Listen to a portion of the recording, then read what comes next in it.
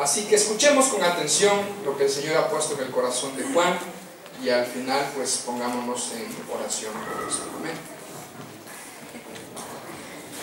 Buenos días, tardes. Buenas tardes. ¿Están bien? ¿Estáis bien todos? ¿Sí? ¿Con frío? No, ¿verdad? Ya con este sol que está calentando bien por la ventana, ya no hace tanto frío. Pues yo quiero deciros primero muchas gracias porque hemos pasado muy buen tiempo aquí con vosotros el martes, el jueves, el viernes. El jueves con los hombres lo pasamos muy bien, la verdad fue una bendición estar ahí, y el viernes también, fue muy lindo, y ahora pues también, ¿no?, compartir con vosotros.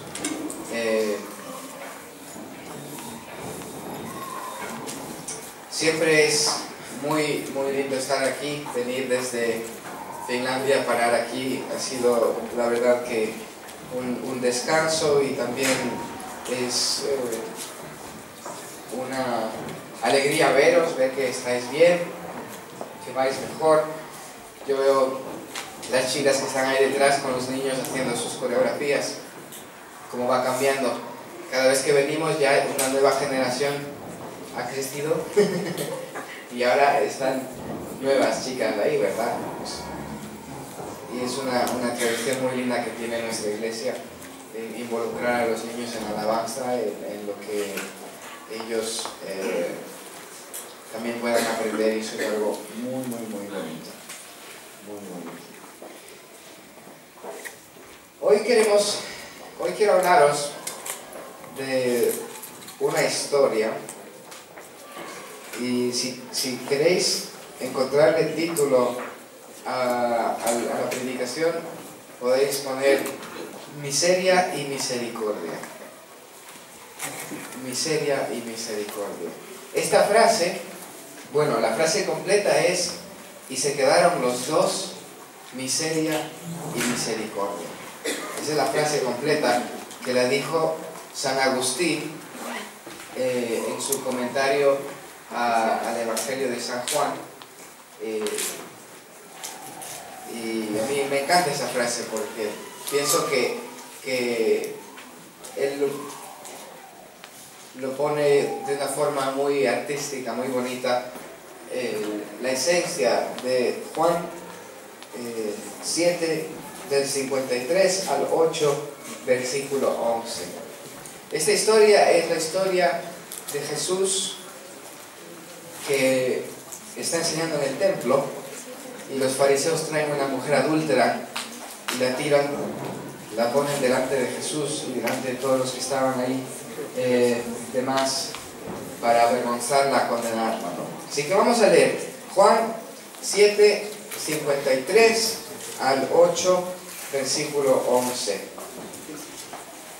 Cada uno se fue a su casa, y Jesús se fue al monte de los olivos, y por la mañana volvió al templo, y todo el pueblo vino a él, y sentado les enseñaba.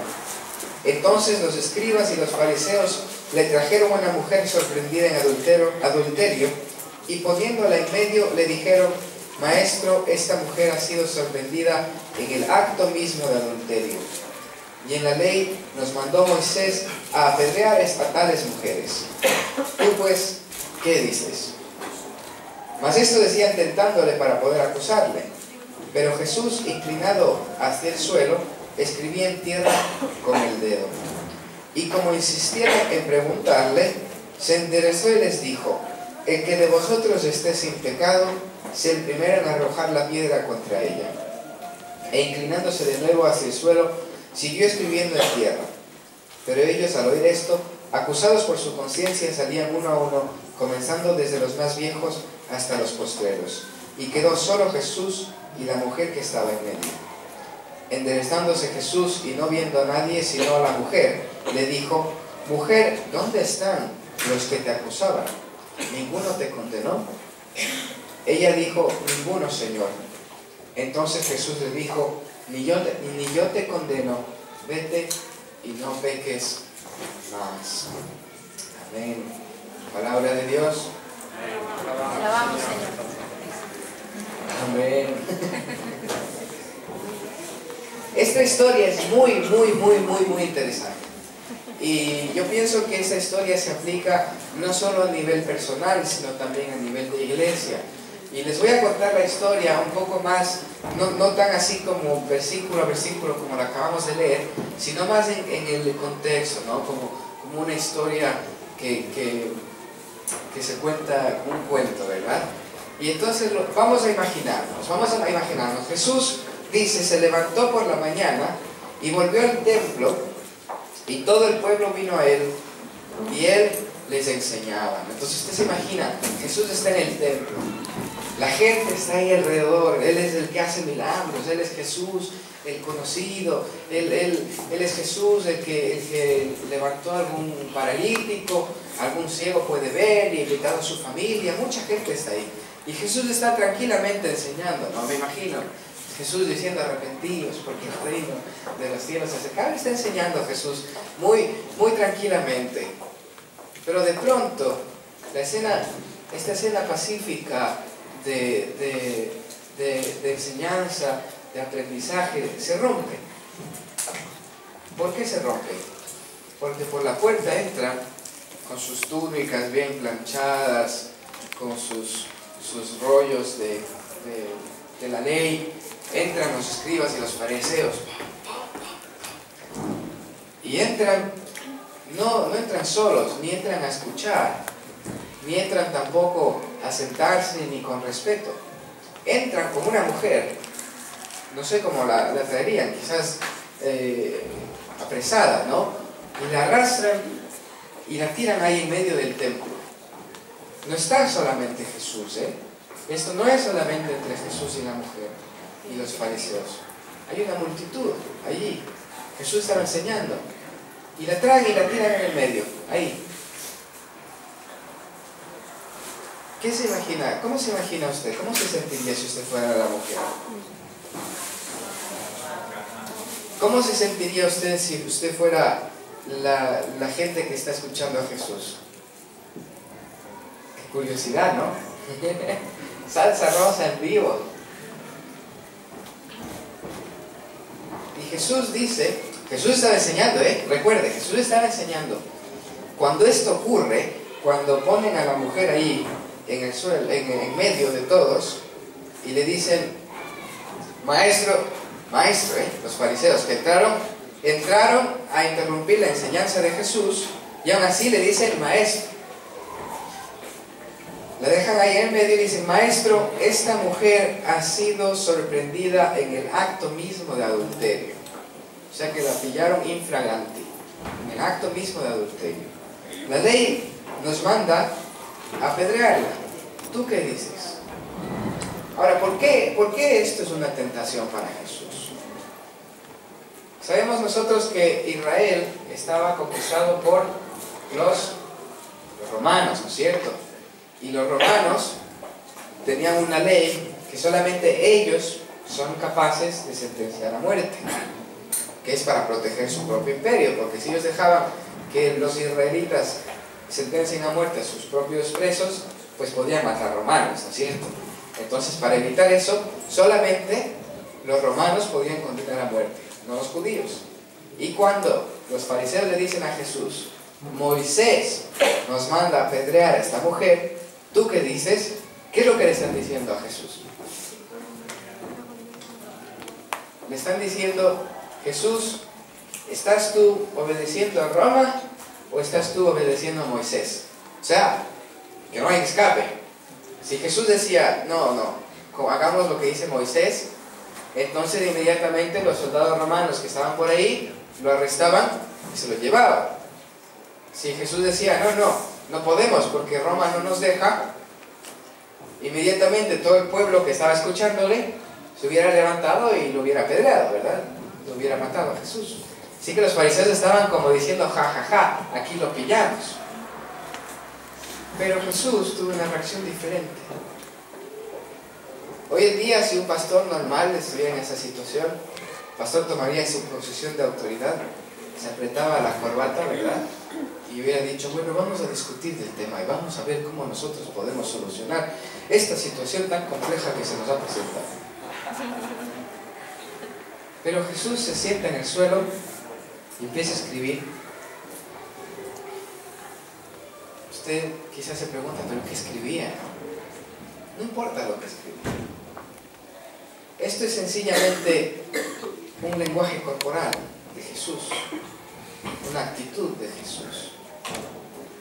Cuando Jesús se agacha y se sienta, se pone a escribir, lo que Él está diciendo con su cuerpo es: yo no me quiero meter en este problema. Esto a mí no me compete. Más tarde, en el versículo 15, dice Jesús: vosotros juzgáis según la carne, yo no juzgo a nadie. Y Jesús no quería juzgar a esta mujer tampoco. Esta mujer estaba ahí en el medio y Jesús se agacha, se sienta y se pone a escribir en el suelo. Y luego dice, como insistían en preguntarle, es decir, esta insistencia, la traducción del griego al murciano sería chinchar. Es verdad. Y lo chincharon, preguntándole. Lo insistían y lo chinchaban. Preguntándole, ¿qué van a hacer? ¿Seguimos a los romanos o seguimos a Moisés? Esta mujer está en adulterio. No hay nada que decir. Esta mujer es culpable. Y punto. No se puede discutir la inocencia de esta mujer. Y le chinchaban a Jesús, le chinchaban y le chinchaban y le chinchaban. Y Jesús se levanta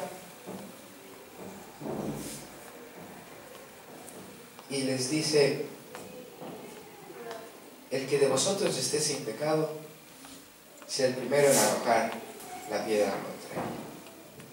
Inmediatamente vuelve a agacharse y a sentarse en el suelo, a seguir escribiendo con el dedo. A mí me encanta esta actitud de Jesús. Me parece increíble porque Él estaba enseñando. Él estaba feliz en su papayal, impartiendo el reino, ¿verdad? Dando las buenas nuevas. Cuando estos fariseos, escribas, interrumpen la reunión, traen a la mujer en adulterio, presentan un caso, crean un juicio. Eso es lo que ellos están creando. Y ponen a Jesús como juez. Ellos son los testigos. Ellos son los testigos de que esta mujer está en adulterio. Pero Jesús no quiere ser juez. Él podía haber quizás incluso continuado su enseñanza, pero Él quiso dar una imagen muy fuerte de antijuicio. Él quiso irse al otro extremo. Si los fariseos le pedían que Jesús condene a esta mujer a muerte porque se lo merecía, Jesús se fue al otro extremo, al extremo de ignorar completamente la situación. Cuando se levanta les dice: el que de vosotros esté sin pecado, sea el primero en arrojar la piedra contra ella. Y luego vuelve, ¿no?, a sentarse en el suelo. ¿Qué cara tendrían los fariseos? Se les habrá quedado como diciendo: ¿y ahora qué hacemos? Porque no dijo Jesús que la matemos, ni dijo Jesús que la soltemos. Jesús no se fue en contra de la ley de Moisés, ni tampoco en contra de la ley de los romanos. ¿Sí? Nosotros teníamos la pelotita, dicen los fariseos, se la lanzamos al tejado de Jesús, pero Jesús es mejor que Messi. Y ahí les metió gol.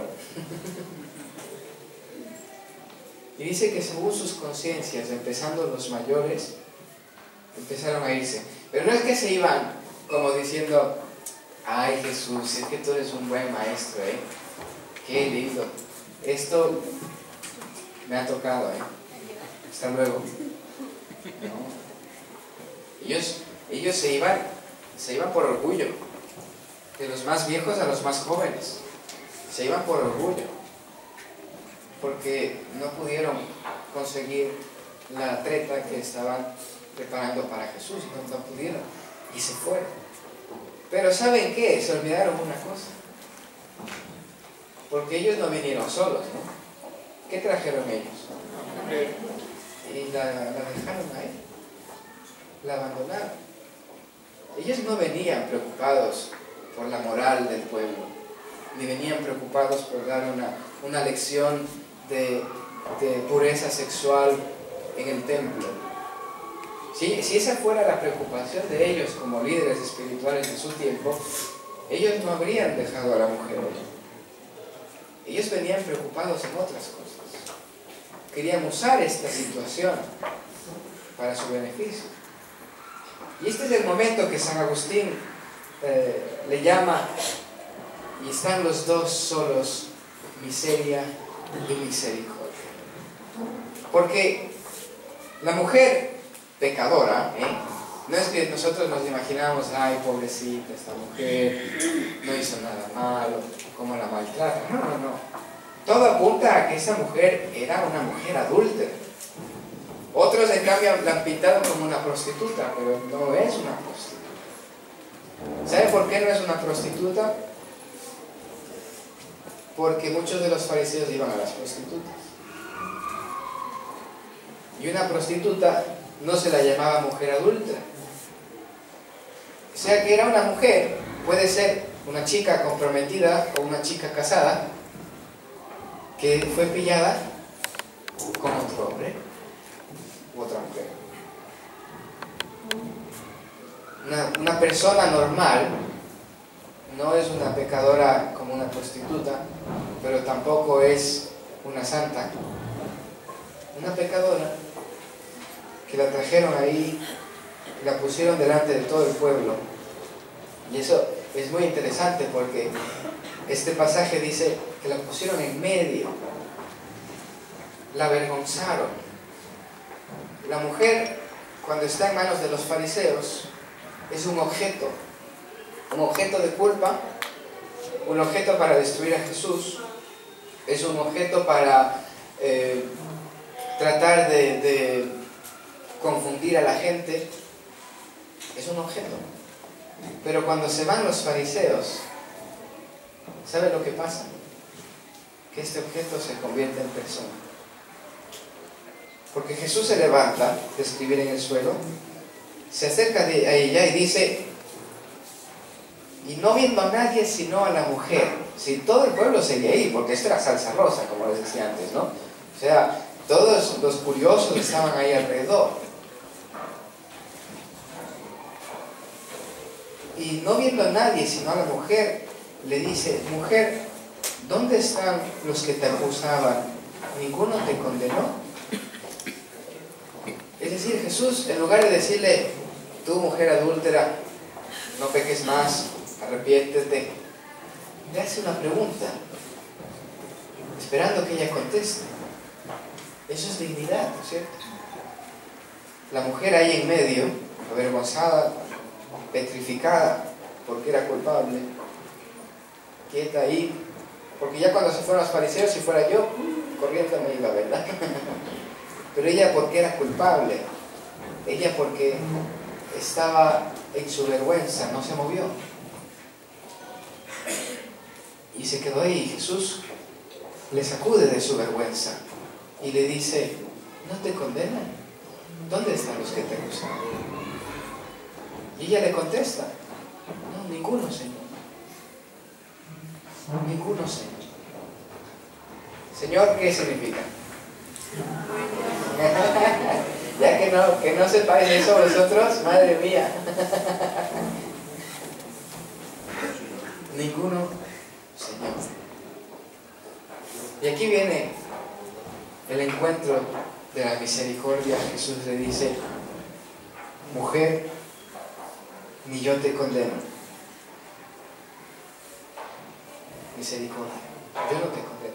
Jesús, aunque estaba escribiendo en el suelo, sigue siendo el juez.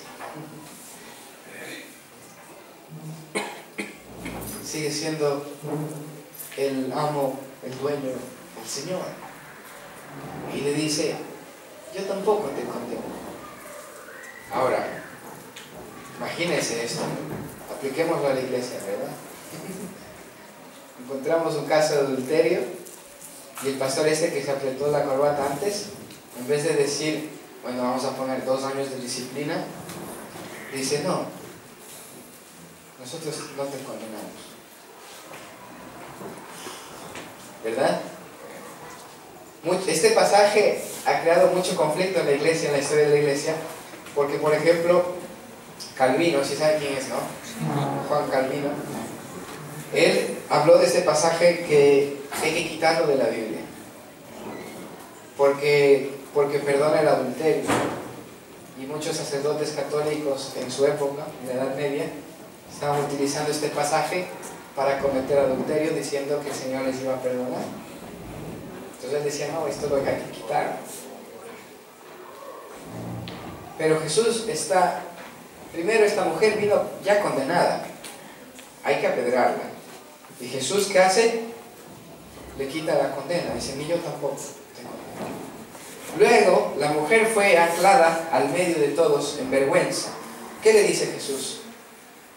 Vete. Vete.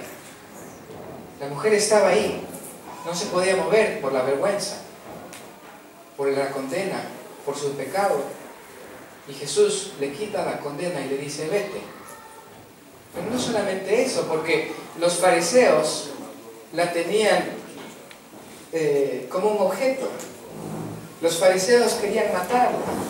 Los fariseos la trajeron para que su vida termine en ese momento, sin importar qué. Pero Jesús le dice, no peques más. Con eso, dándole una orden para que tenga una vida en santidad, preocupándose por su futuro. Todo lo contrario que hicieron los fariseos, Jesús hizo. Los fariseos vinieron a condenar, a avergonzar, a matar. Los fariseos vinieron a utilizar a esta mujer como un objeto. Jesús la trata como una persona. No la condena, lo perdona. La deja ir y se preocupa por su futuro. Ese es el Jesús en el que creemos. ¿Amén? Amén. Ese es el Jesús con el que nos encontramos nosotros todos los días. Un Jesús que ama. Un Jesús que no avergüenza. Nosotros estuvimos hablando el martes sobre este tema. Que cuando nosotros crecemos espiritualmente y vamos en las tribulaciones de la vida, ¿qué pasa cuando pertenecemos al reino? Que no nos vamos a quedar avergonzados, dice Romanos 5. Que el amor de Dios no nos avergüenza, que su esperanza nos avergüenza. Pero usted dirá, qué lindo, ¿no? Esta historia, qué hermosa historia. Y solos los dos quedaron, miseria y misericordia, juntos. Y cuando usted junta miseria con misericordia, ¿cuál es el resultado? Gracia. Si yo, miseria, me acerco a la misericordia, ¿qué es lo que hallo? Hallo gracia. ¿Cómo aplicamos esto a nuestra vida? Y aquí es donde usted tiene que abrocharse el cinturón, ¿verdad? Ya hemos, esta historia preciosa, con un final muy, muy bueno. Yo me imagino luego Jesús retornó a su posición de enseñanza, ¿no? Y dice, otra vez les habló diciendo, yo soy la luz del mundo, el que me sigue no andará en tinieblas, sino que tendrá la luz de la vida. Y yo no me imagino, no sé, esta mujer a lo mejor se marchó, pero quizás porque estaba en el templo, lo único que hizo fue irse a la parte de atrás y quedarse a escuchar al maestro. No lo sabemos. Nosotros como iglesia hoy representamos a Jesús. Nosotros hoy somos Jesús aquí, en la tierra. Somos sus discípulos. Y todos los días nos encontramos con esta situación. En casa. Muchas veces el diablo nos acusa en nuestra cabeza, ¿verdad? Y nos dice, mira, tu mujer no hace nada. Según la ley de Moisés hay que apedrearla. Se le pasó la sal en la sopa. Según la ley de Moisés significa 3 días sin hablarle. Mira esta mujer, te dice el acusador, ¿verdad? Ese es el diablo. O quizás mira a tu marido cómo viene del trabajo al sofá, del sofá a la tele, de la tele a dormir, de dormir al trabajo. Mira a tu marido, ¿cuánto tiempo lleva sin decirte lo guapa que estás? Eso según la ley de Moisés es adulterio, traición. Mira el guaperas que tienes en el trabajo al lado tuyo, como te sonríe tu marido, ¿no? Él se merece que lo traiciones. Es el acusador, como los escribas, como los fariseos. Todo el tiempo tenemos esa situación en nuestra cabeza. Siempre la gente a la que amamos va a estar siendo acusada en nuestra cabeza por el diablo para que nosotros nos levantemos en juicio y los condenemos. Y les digamos, no, si tú te mereces esto, te mereces la pelea, te mereces el grito, te mereces que te eche de casa. Tú te mereces lo que estás pasando. ¿Les suena esto conocido? Pero como le digo, nosotros somos misericordia. Nosotros representamos a Jesús. Cuando usted escuche estas acusaciones, pase de ellas, como Jesús. Jesús se sentó a escribir en el suelo, pasando completamente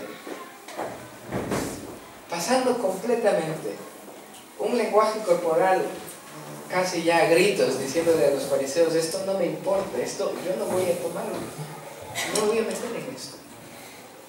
Nosotros tenemos que hacer eso, no juzgar. Es fácil juzgar porque hay hechos, ¿no? Llevas 45 días, 3 horas y 2 minutos sin decirme te quiero. Es un hecho. Los hechos te acusan.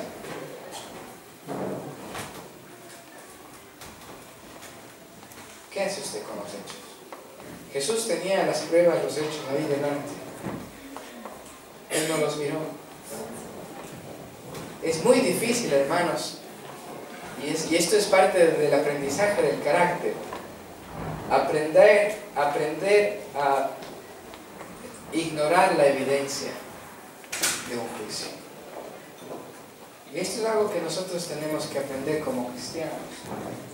Aprender a ignorar la evidencia para evitar el juicio. Y nosotros vemos que Jesús no solamente ignoró la evidencia del juicio, sino que después de ignorar la evidencia del juicio, se fue hacia la condenada para mostrar misericordia. Si usted en su corazón tiene resentimiento contra un tío, un primo, un hermano, su marido, su esposa, sus hijos, el pastor, la pastora, Luli, si usted tiene resentimiento,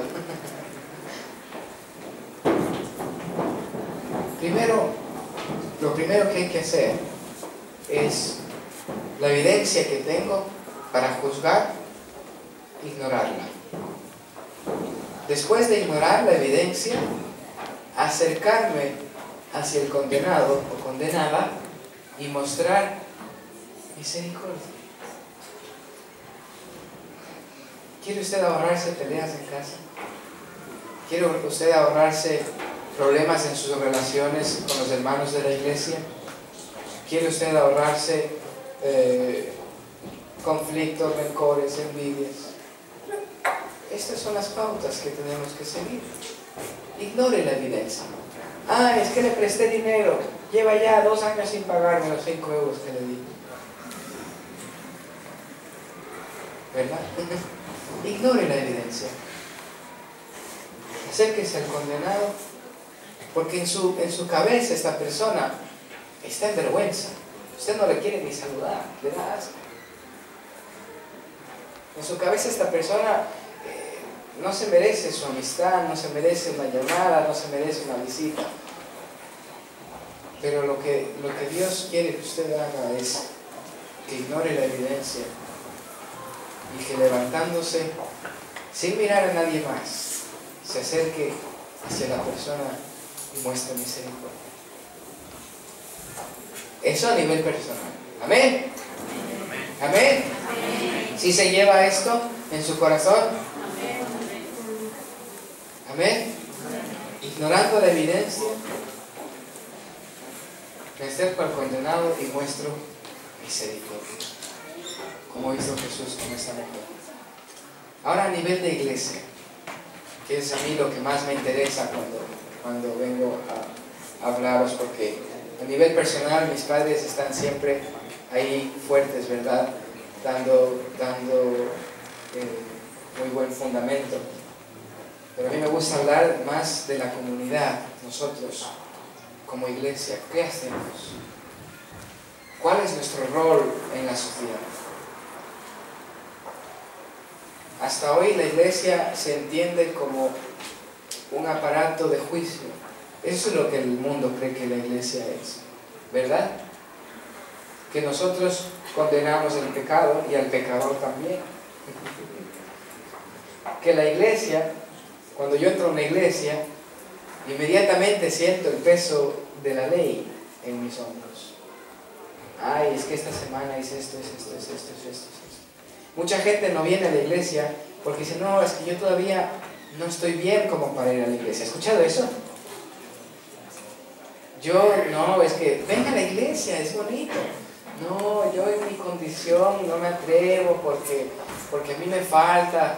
Algún día, si mi vida cambia, entonces sí voy a ir a la iglesia. ¿Ha escuchado eso, verdad? Y esto es nuestra culpa. Porque la persona debería correr a la iglesia cuando se siente pecador. La persona debería sentirse a gusto.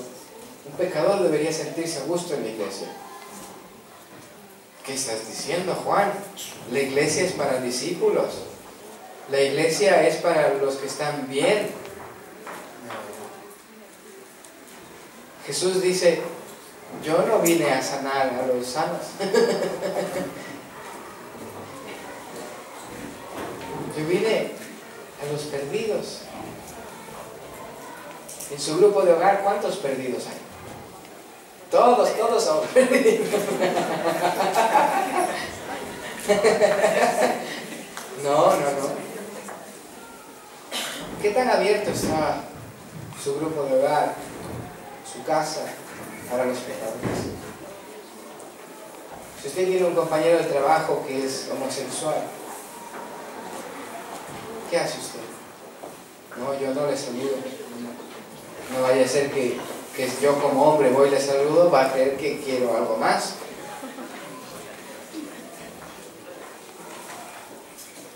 Si usted de pronto aquí en la iglesia escucha que alguien ha cometido adulterio, ¿qué hace usted?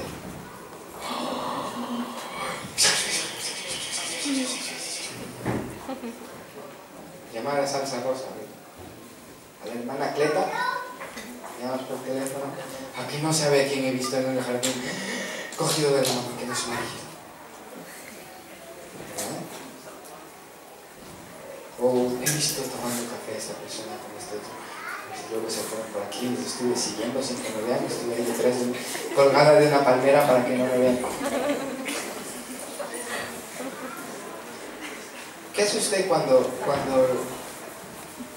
su vecino o su amigo que usted conoce, que no es cristiano, le llama borracho? O usted lo ve mal. ¿Qué emoción usted transmite?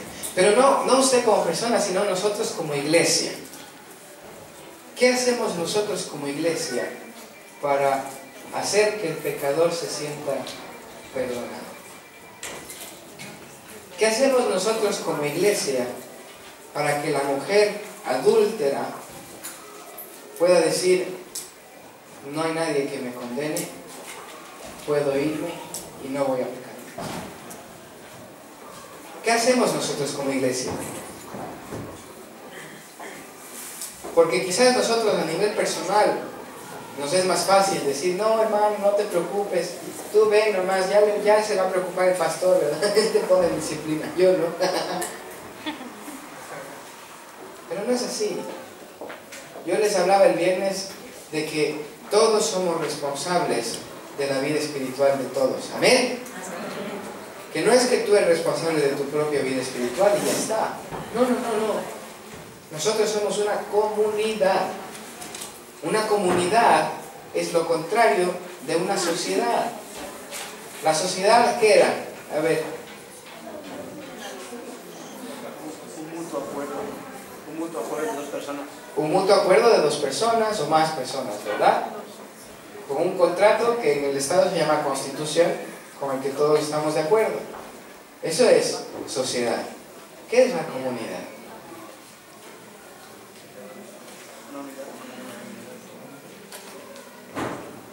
La comunidad no es la unión entre dos o más personas por un contrato.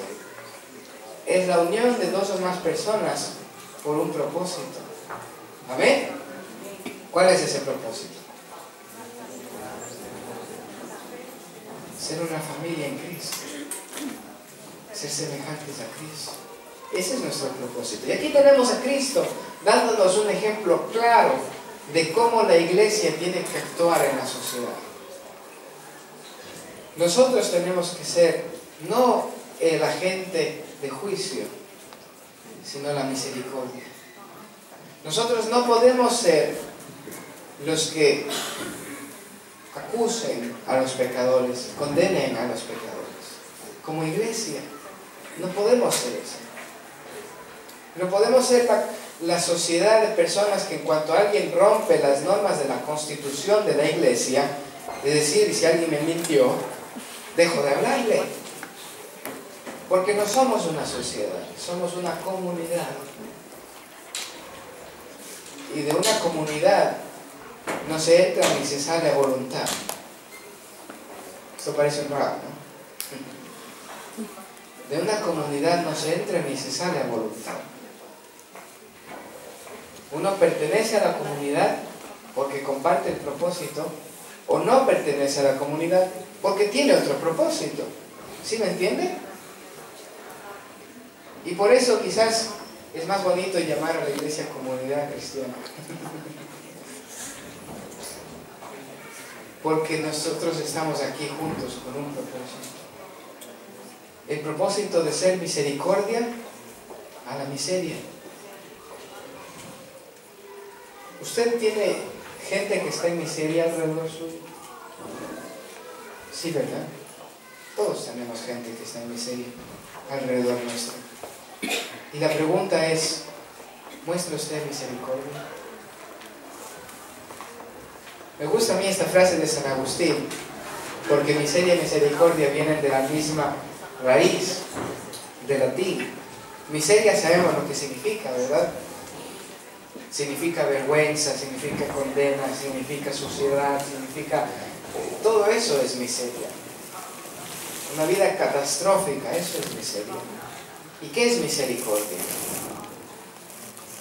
Misericordia es cuando yo veo la miseria del otro y pongo mi corazón ahí, en esa miseria. ¿Sabe cordia, no? Cardio, corazón. Cuando yo veo la miseria del otro y mi corazón se enfoca hacia esa miseria. Hermanos, nosotros tenemos una responsabilidad social como comunidad de ser semejantes a Cristo. Y Cristo nos dio el ejemplo de que aquellos a los que la sociedad acusa, aquellos a los que la sociedad rechaza, aquellos a los que el mundo condena, aquellos a los que el diablo también condena, aquellos a los que la ley condena, nosotros mostramos misericordia. Amén. Y ahora, ¿qué va a hacer usted para mostrar misericordia? Les digo ejemplos prácticos. Su grupo de hogar. No se reúne en la casa un día. Vaya a reunirse al bar. Y en lugar de pedir cañas, pidan Coca-Cola. O agua, más amor, té. Y si ustedes ven que alguien en el bar donde se están reuniendo está en miseria, invítenlo a sentarse con ustedes. Sin miedo. Sin importar la nacionalidad, el color de piel, de ojos, ni la ropa que lleva. Otro ejemplo. Cuando usted invite a un amigo a su grupo de hogar o a la iglesia y esa persona le diga, no, es que yo soy muy pecador para ir a la iglesia. Dígalo con confianza. No, pero es que es justamente por eso que tienes que venir a la iglesia. Porque tú ahora mismo en tu pecado estás en miseria. Pero la iglesia es misericordia. Decir, ¿qué? ¿Ya te has tomado todas esas pastillas? No, la iglesia tiene que ser misericordia. Si nosotros queremos que la iglesia salga de la crisis económica en la que estamos, si nosotros queremos que la iglesia crezca en número, si nosotros queremos que la iglesia se expanda, si nosotros queremos no solo tener 16 discipuladores, sino 60 discipuladores, ¿qué tenemos que hacer? Tenemos que mostrar misericordia. La misericordia es mejor publicidad que un anuncio en Antena 3. La misericordia es mejor inversión que la amistad. ¿Qué dices, no? Yo para ser discípulos, primero me tengo que ser amigo de esa persona. Después de ser amigo, tengo que invitar a mi casa. Hoy en día la sociedad no muestra misericordia. Porque mostrar misericordia significa que esa persona que recibe la misericordia se tiene que sentir avergonzada, ¿verdad? Y por lo tanto, la mayoría de nosotros que estamos aquí, cuando nosotros vemos a otra persona que está en miseria, no decimos nada. Y nadie dice nada, para no avergonzar. Pero cuando alguien está en miseria y se encuentra una mano de misericordia que saca a esa persona de la miseria, esa deuda solamente se la puede pagar con la vida. ¿Sí o no? ¿Sí o no? Alejandro nos contó, ¿cuándo fue? ¿El viernes fue que estuviste con nosotros? ¿O el miércoles? El viernes. Nos contó que un coche se le iba a caer encima a él y al compañero, y Alejandro, ustedes lo conocen, ¿no? Como es que detrás de esta piel morena hay hierro ahí. Sujeta el coche y le dice al compañero, quita la pierna, y el compañero ahí como Bruce Willis, ¿no es cierto? Se da una vuelta y ahí Alejandro deja que el coche caiga. ¿Cómo se sentirá el compañero de Alejandro con Alejandro? ¿Qué le va a decir? Yo, tira por ahí, anda. ¿No es ese un momento de miseria para el compañero de Alejandro? ¿Verdad? A punto de quedar la pierna destrozada por el coche. Y entonces se encuentra con misericordia. ¿Sí ves? Misericordia no es, ay, pobrecito. No. Misericordia también es tener esa fuerza para sujetar un coche. Que yo hago eso y el coche me cae a mí y le rompe la pierna al otro. Quedamos los dos ahí.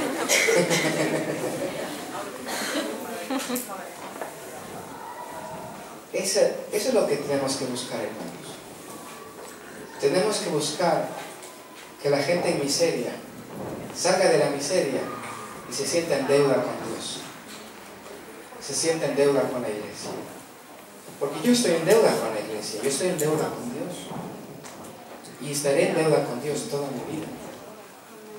Porque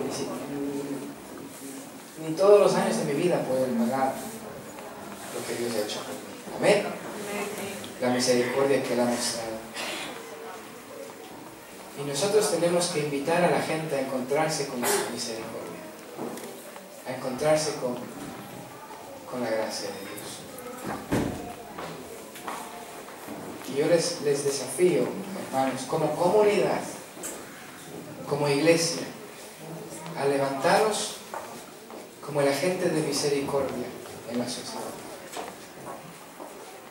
Visite a la viuda, visite al que está en el hospital, visite al que está en pecado. Traiga esperanza, traiga ánimo, sea valiente. Proclame el señorío de Jesucristo. Porque la miseria en la que vive la gente es de vergüenza. Y usted tiene las herramientas para cambiar esa situación. Pongámonos de pie.